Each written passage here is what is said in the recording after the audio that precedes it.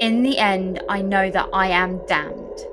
I've lost them twice over, once in failing to save them and again in failing to avenge them. Whatever mercies God might have shown me for these troubles have surely been swallowed up by the magnitude of my failure, and I can sense that the end is coming for me, the scratching behind my eyes, the chill of the air that has nothing to do with the shattered bedroom window or the life that is leaking from my wounds. A part of me wishes I could simply bleed to death, but I know that the violence I'll suffer soon will be far more deserved. I've quite run out of hope, and if you're reading this, you might have as well. Maybe, like me, you were once one of the lucky ones, having never caught a glimpse beyond the veil. Maybe there was a time when this world still held moments of brightness and beauty when you could forget your troubles and feel, honestly, truly safe. I wish that you could turn back.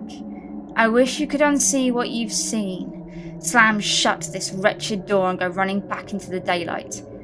I wish you didn't need the knowledge that I have to offer. But whoever you or wherever you are, you do. I know it. This message wouldn't have found you otherwise.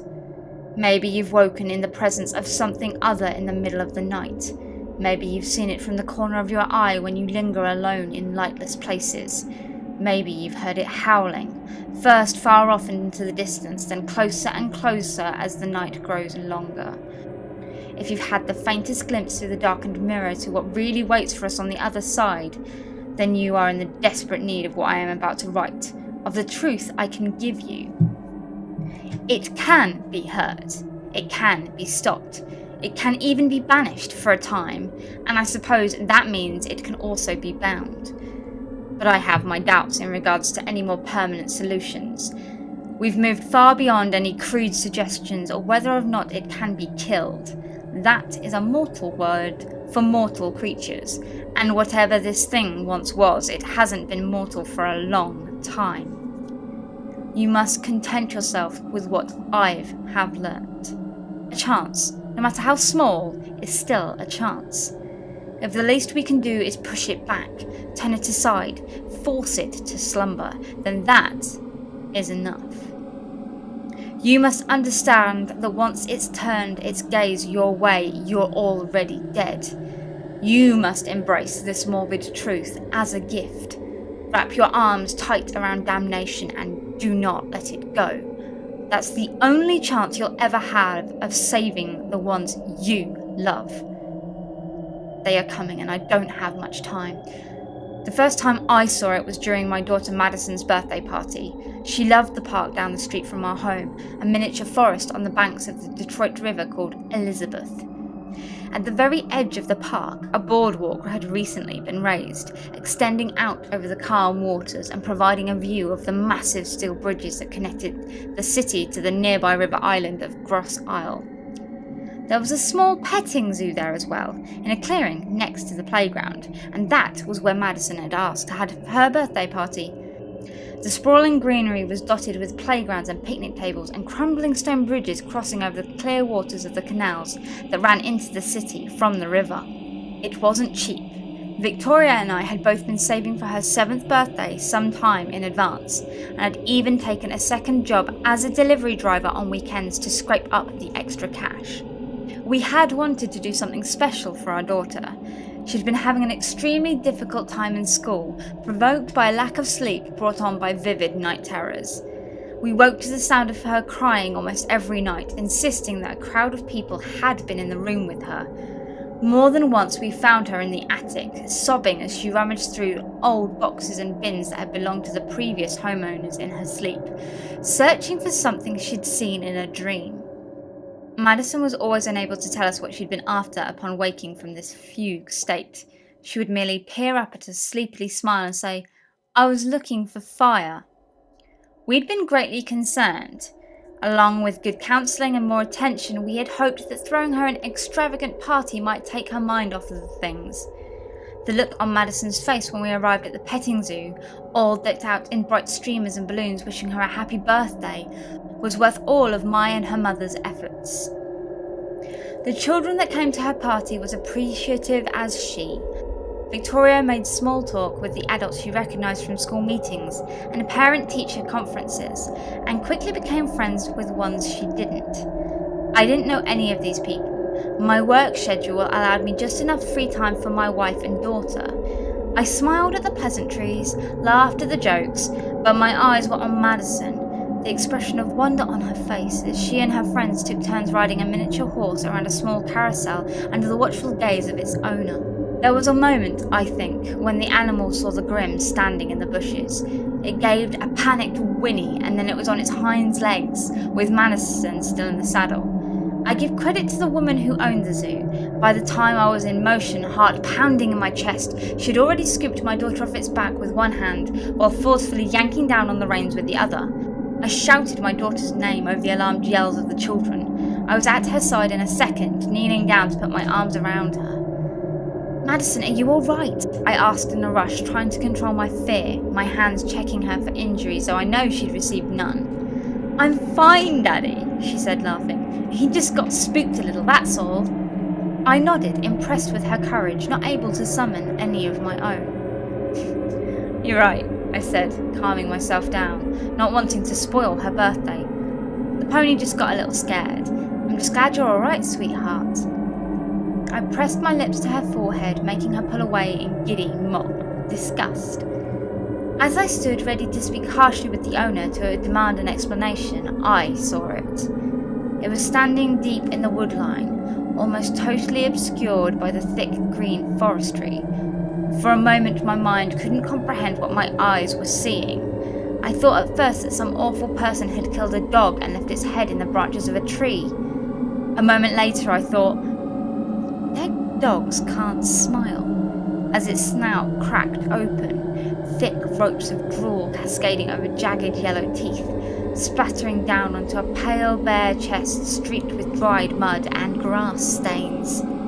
It leaned forward, long pale fingers gripping the trunk of the tree, curling into hateful claws. I was transfixed, my mouth open, barely hearing the sounds of the party going on around me. Even from a distance I could see smoke rising from where its fingers dug into the tree bark and the utter blackness of its pupils. I could feel the awful power of the hatred and malice behind its gaze. It was looking at my daughter. I blinked and pulled her close to me protectively. In that moment it was gone, leaving only a strange afterimage when I closed my eyes. "Daddy?" Madison asked, looking up at me quizzically. "Can I ride the pony again?" I shook my head. "I think that's enough pony rides for today, honey. It's almost time for your presents." That was the distraction that I needed. She squealed in delight at the idea, rushing over to her mother, nearly bowling her over in the process. Victoria looked over at me as my daughter begged for her gifts, raising an eyebrow. I shrugged sheepishly. Madison wasn't supposed to open her gifts for another 15 minutes, but I didn't care. I couldn't let my daughter see how frightened I was. I refused to look back at that part of the woodline for the remainder of her party. Perhaps my cowardice is what made them lost to me. Perhaps if I had done what I should have done, charging at it howling like a beast, heedless of my own safety, shielded from its madness by the primal need to defend my progeny, I could have turned it away from us right then and there. Instead, I did what any civilized man would do in my circumstances. I pretended like I hadn't seen anything. I ignored it, and I ignored the sound of distant howling I heard that night as I tucked Madison into bed. A week later, I saw the creature again. Picking up my daughter from an after-school program, I saw it standing next to a basketball pole on the playground. It was somehow bending the light around it, creating an unnatural shadow that kept it hidden from everyone's sight other than my own. My daughter didn't see it as she walked out of the school and into my car, chattering happily about the art project she'd been working on. I watched its gaze. No, not its gaze. Its attention followed her languidly, like a predator stalking its prey. I drove away as quickly as I could. My heart beat so loud I thought it would explode against my ribcage. The howling came again that night. It seemed closer than before. 3 days later, Victoria went to wake my daughter for school, only to find that she was missing. Her bed was perfectly made, and a small folded note had been left by her bed. In childlike scribbles with the crayons her mother and I had gotten her for her birthday, she had drawn an impossibly thin figure, its snarling canine head thrown back, howling into nothingness. It stood on what was unmistakably a pile of crudely drawn stick figure bodies, their eyes crossed out with violent black X's, writhing on the page in the pale orange fire she had drawn over them. Grim, she had captioned simply, underscoring the words, "Don't run, Daddy." Do you have children? If not, then you cannot begin to understand the terror, the blind panic that overcame us when we knew our daughter was missing. Victoria was strong, like always, immediately calling the police, taking her fears and turning it into useful action. But she didn't understand the sinister note that had been left behind. She didn't understand that it had come after our daughter and I had done nothing to stop it. Out of fear, I had ignored that monstrous presence, and now, whatever it was, had my Madison. A day went by, and then 2, and then a week. I joined in the search parties every day, forcing down my mounting sense of despair. I tramped through the woods, calling out with the others when I knew my daughter couldn't hear me. Victoria only wept when she thought I wouldn't notice. The gulf between us grew rapidly. I think she sensed the reality of my guilt, and though she might have known there was no logical reason, she rightly blamed me for this loss. I began waking in the middle of the night to the sound of Victoria whimpering, knowing that she wanted no comfort from me. I kept my eyes shut and pretended to sleep. On the 9th night since our daughter's disappearance, I realised something was different. What I heard wasn't the sound of heartbreak. It was the sound of terror, of an animal caught in a trap. Instead of a howl from afar, I heard a low growl so close it made the hair on the back of my neck stand up. It was in the room and at the foot of the bed. I could hear its ragged panting, feel its weight as it put its long-fingered hands on the mattress and leaned over us. My wife's whimpers grew hysterical. She whispered nonsensical, pleading gibberish, wringing her hands. I squeezed my eyes shut tight and rolled onto my side. I lay there immobile until the growling stopped, until the weight of those inhuman hands suddenly disappeared. I was a coward when it was preparing to come for my daughter. I was a coward again when it was preparing to come for my wife. The next morning she looked at me, eyes bloodshot and wide with terror. "Did you hear him?" she whispered, trembling. "Did you hear what he asked me?" I shook my head. God damn me to hell, I shook my head. I didn't hear anything. Try and get some sleep. I left her and I went to work. I ignored it. Each night I pretended that it wasn't stalking into our bedroom to torment her, that I wasn't close enough to touch. Out of terror of what my eyes would fall upon, I kept them tightly shut. I did not want to see.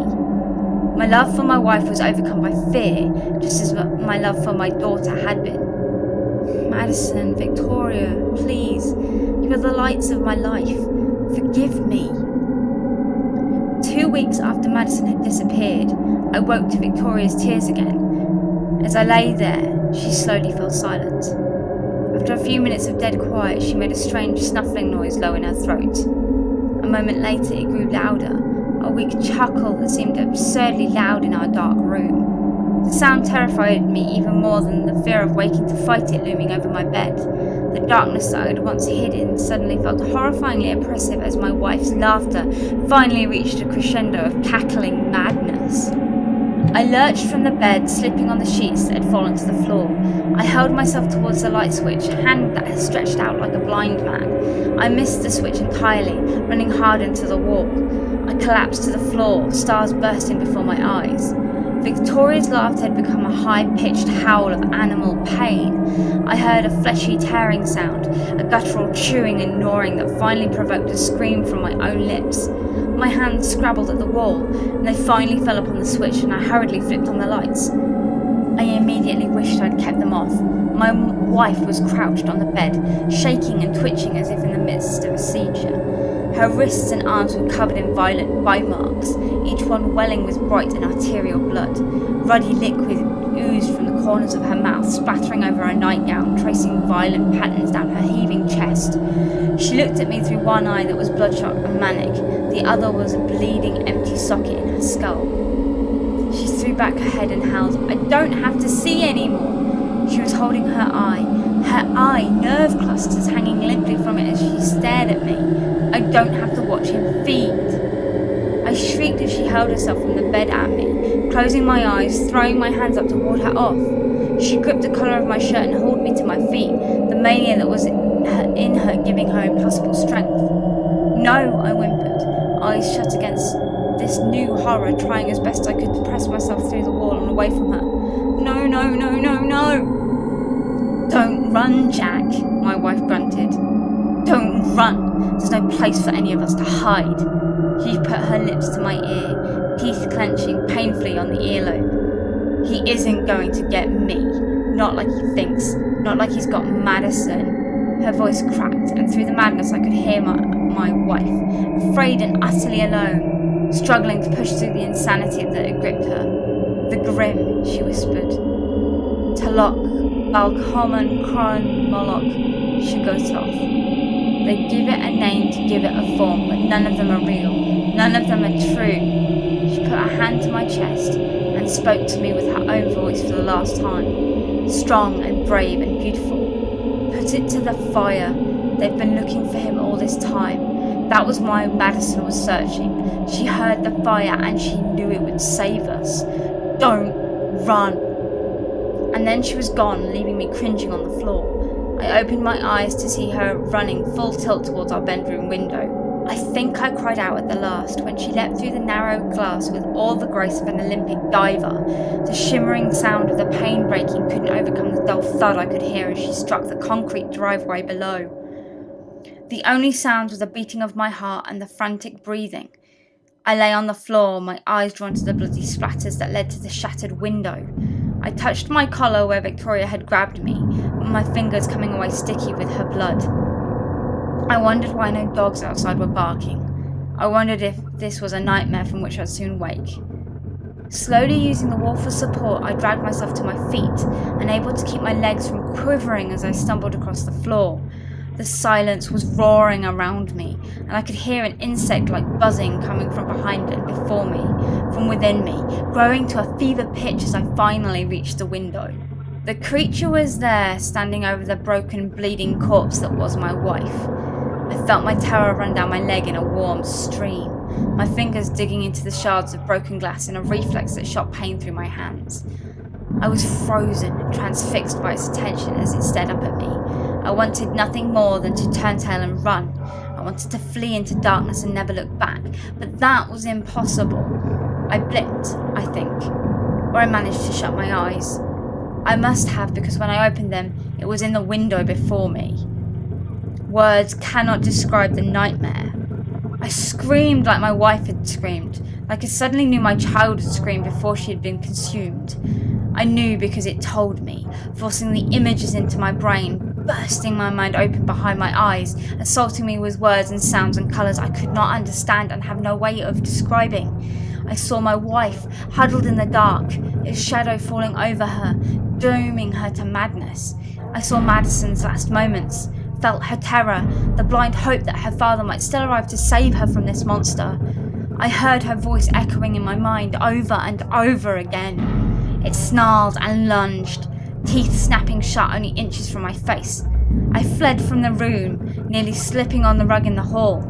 I went for the stairs, ready to throw myself through the door to get outside if I had to, only to be confronted by its terrifying black eyes as it lumbered up the steps towards me on all fours, teeth bared and snarling. I spun round using the banister for momentum, tumbling blindly down the hall.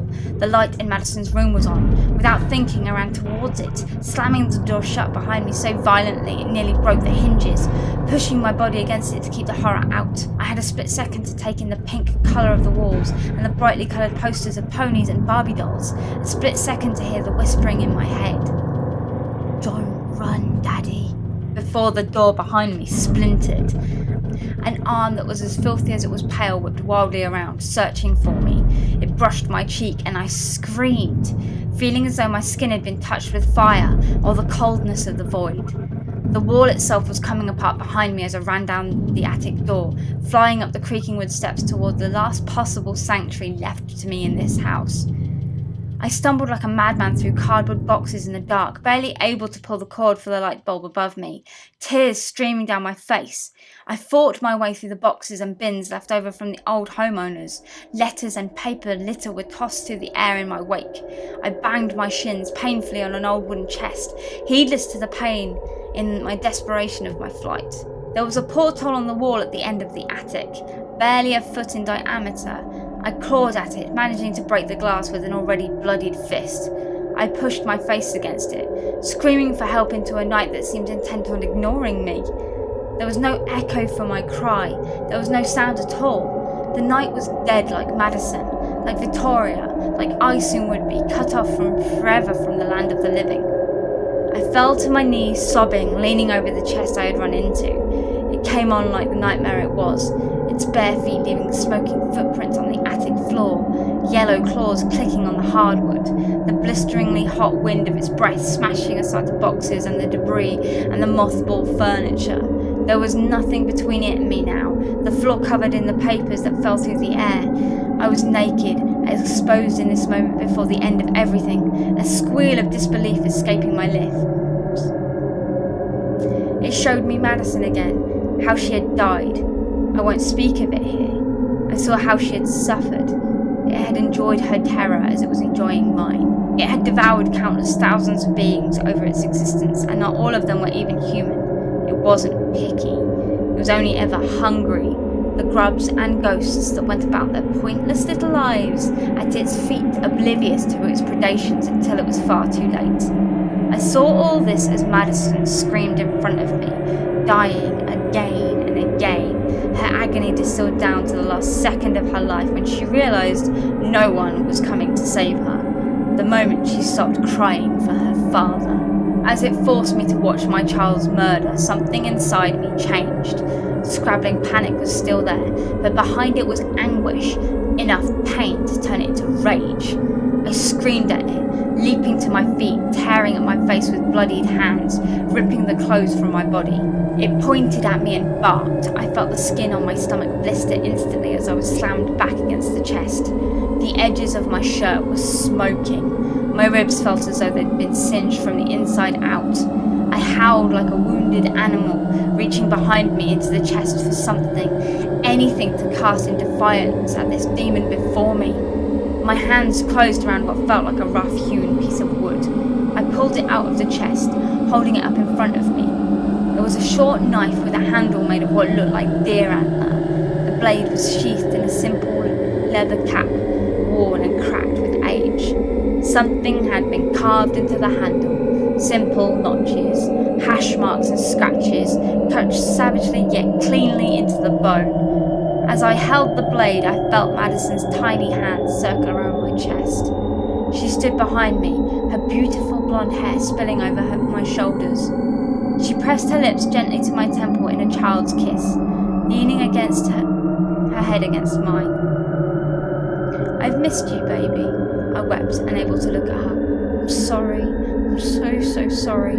I love you so much." And then she was gone, and it was only the grim, its mouth opening wide to swallow me whole. I forced myself to my feet, swaying unevenly, holding the knife in one shaking hand.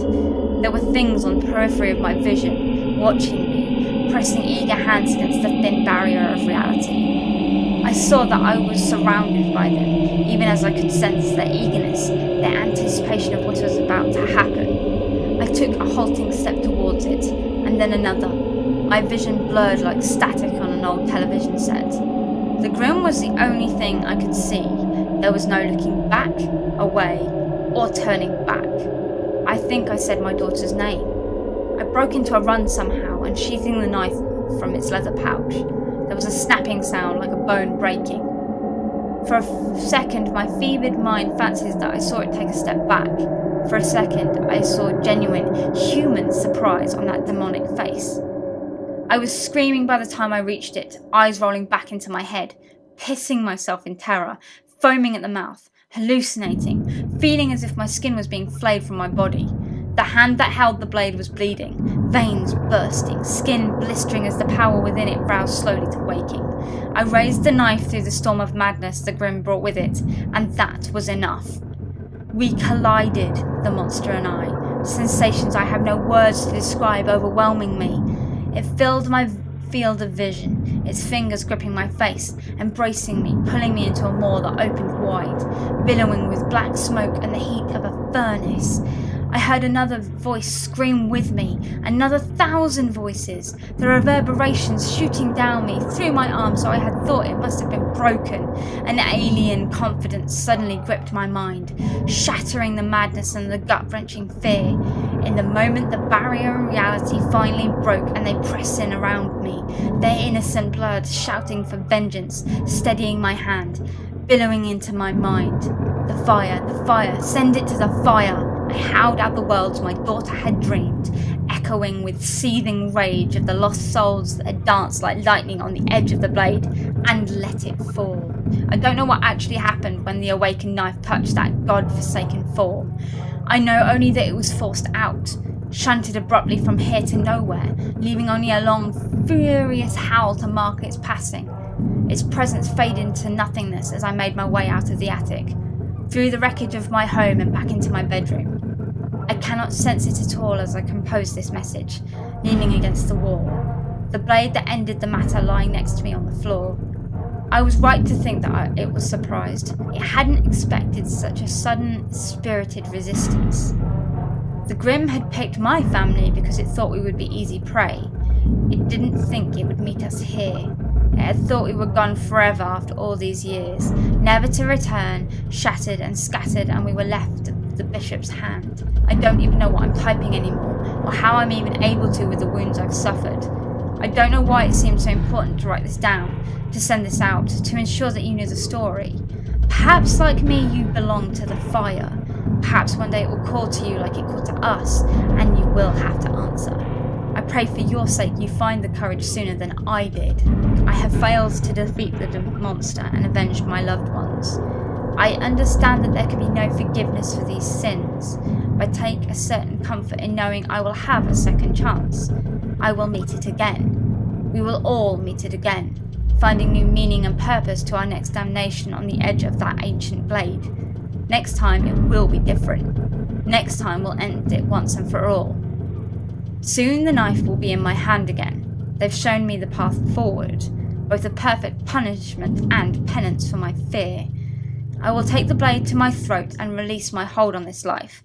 I'll join the lost in slumber, and one day maybe you will join them, until the hand that wields us ends this nightmare.